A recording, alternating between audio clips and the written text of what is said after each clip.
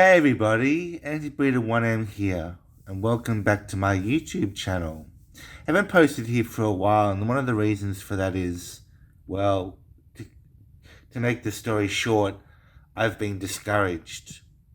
And the situation is not all good, and it's not all bad, it's just what it is. And I will deal with it and explain it at some stage, perhaps, if I find it necessary to do so. I have been learning a lot about video editing software, and I found one called Adobe Premiere Rush, which I have found to be rather interesting, and I've been using it with great gusto and enthusiasm for what its potential is. Although I have not bought or paid for anything, I'm using the free version, and I'm very happy with that. But you will find that if my videos are embellished or elaborated with graphics and perhaps an end credits or something, it's because I've been dabbling in these programs. If I can't be bothered to do that, then it's because maybe I'm rushed for time or just don't feel like doing it. I am also fortunate to have access to Adobe Premiere Pro, which is like the upmarket, more complicated version of Adobe Premiere Rush for video editing purposes. So I go to the State Library of Queensland to use that software for video editing, and it's quite unwieldy and quite cumbersome, but it works if you know how to do it properly. And it's got this huge learning curve if you are easily confused by a lot of controls, which I was for a long time. One of the tricks that I learned was to actually ignore the things that I didn't understand and just press the button at the end, you know, and make it all work. And eventually it did work for me, so I'm really happy about that. I think the prime of my 2023 has somewhat been eclipsed by administrative matters. There was a period in my 2023 when I was doing really well, especially at the start. I was writing some really big essays, and I think they are still big.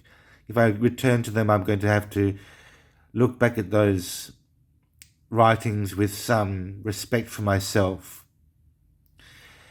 Also, between January and about April, I was doing comics called Veegan Planet. That's the name of my comic strip. And I'm really proud of them because this is the first time I've ever been a real illustrator of any great scope. Didn't think that I could draw.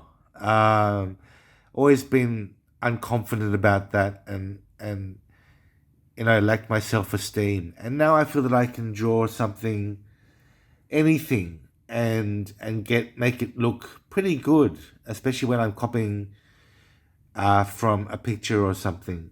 So worth thinking about for people who think they can't do drawing.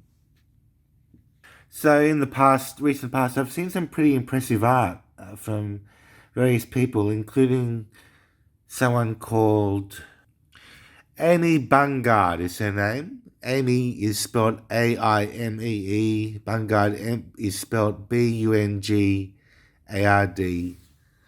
And some of her artwork is quite interesting because it's not exactly elaborate. It's quite beautiful, and it seems to be like my level of art, not too complicated.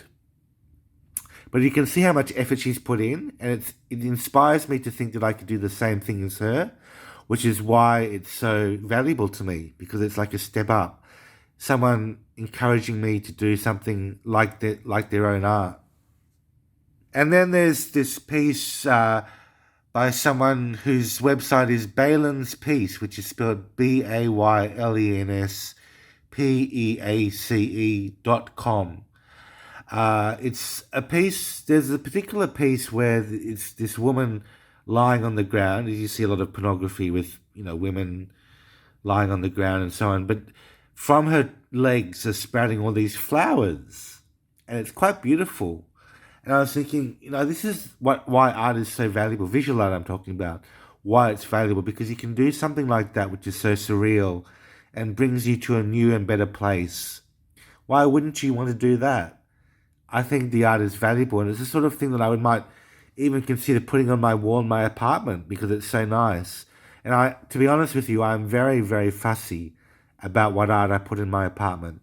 At the moment, I have blank walls, as you can see, because there's no art that I like or have found a liking for. So that's how fussy I am. I think orientating my life in this present time is pretty difficult because I don't know where I'm heading. I've achieved a lot this year already, but the year is kind of stalling for me, and I want to know how else I can personally develop myself, my mindset, my skills, my talents.